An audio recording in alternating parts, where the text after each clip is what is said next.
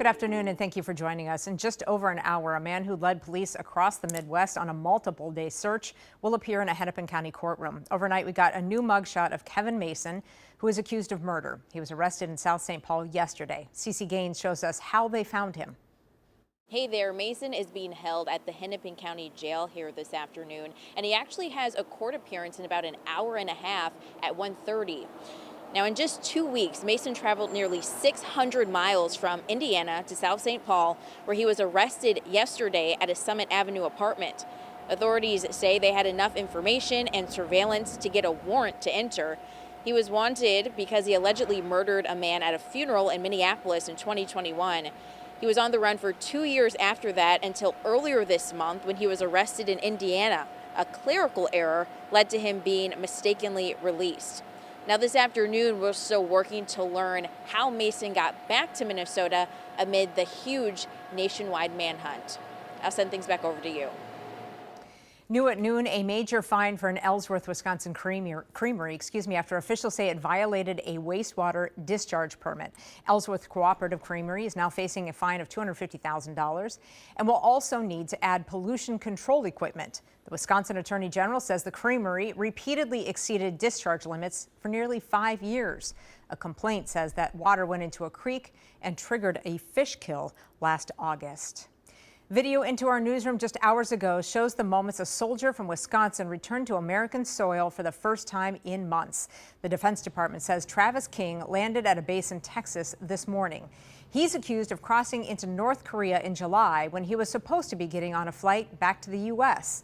U.S. officials say North Korea decided to expel King yesterday, asking for nothing in return. Today, King is expected to get medical treatment at a center in San Antonio. Right now, we are working to learn more after Minnesota officials say a deputy shot a man in Granite Falls. The State Bureau of Criminal Apprehension says it is now investigating the use of force incident, which happened about 2.5 hours west of the Twin Cities. The BCA tweeted overnight saying the person who was shot is expected to survive. Well, today, a 16-year-old could face charges in connection to a shooting last month that injured a police officer. Police say they arrested the teen last night on a warrant for second-degree attempted murder. He would be the third person to be charged in this shooting. On August 11th, police say Officer Jacob Spies was shot in the back of the shoulder while following a vehicle believed to be involved in a robbery. He was released from the hospital the next day.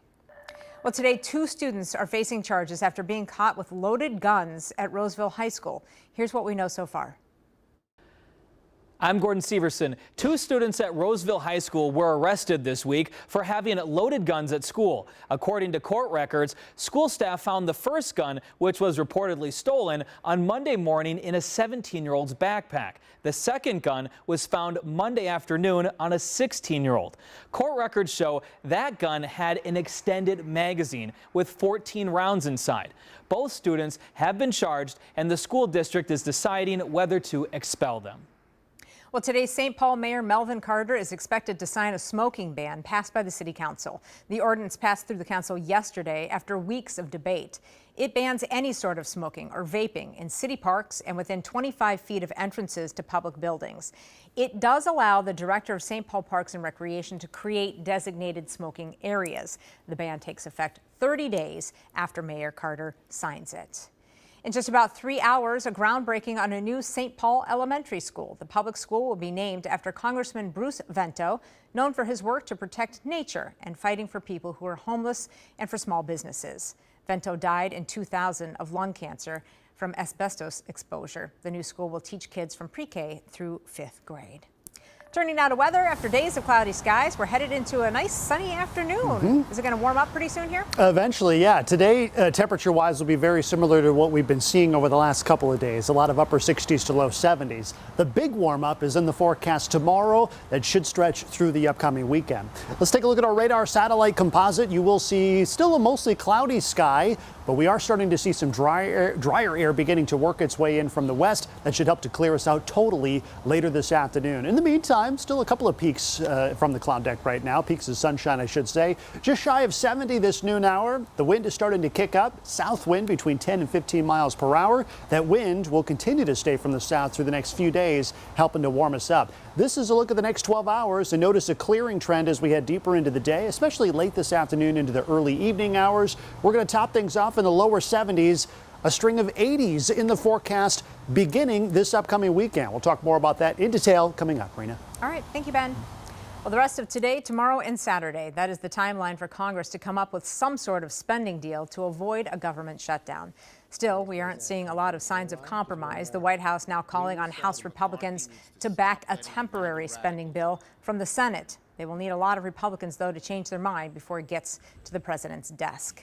Here's a quick look at what will be impacted by the shutdown and what won't here in Minnesota. First, mail will not stop. We pay for that directly with stamps. By law, Social Security checks still have to go out.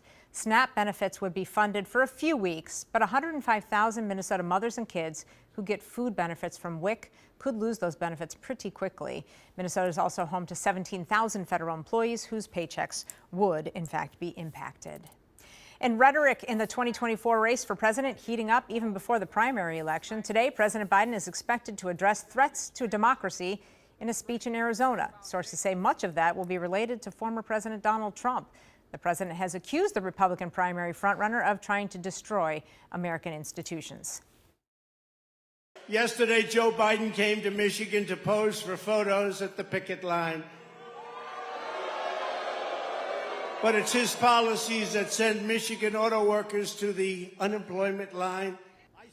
Trump is also taking aim at the president last night in a speech to the UAW workers. The former president visited Michigan just one day after President Biden joined picketers in a historic move.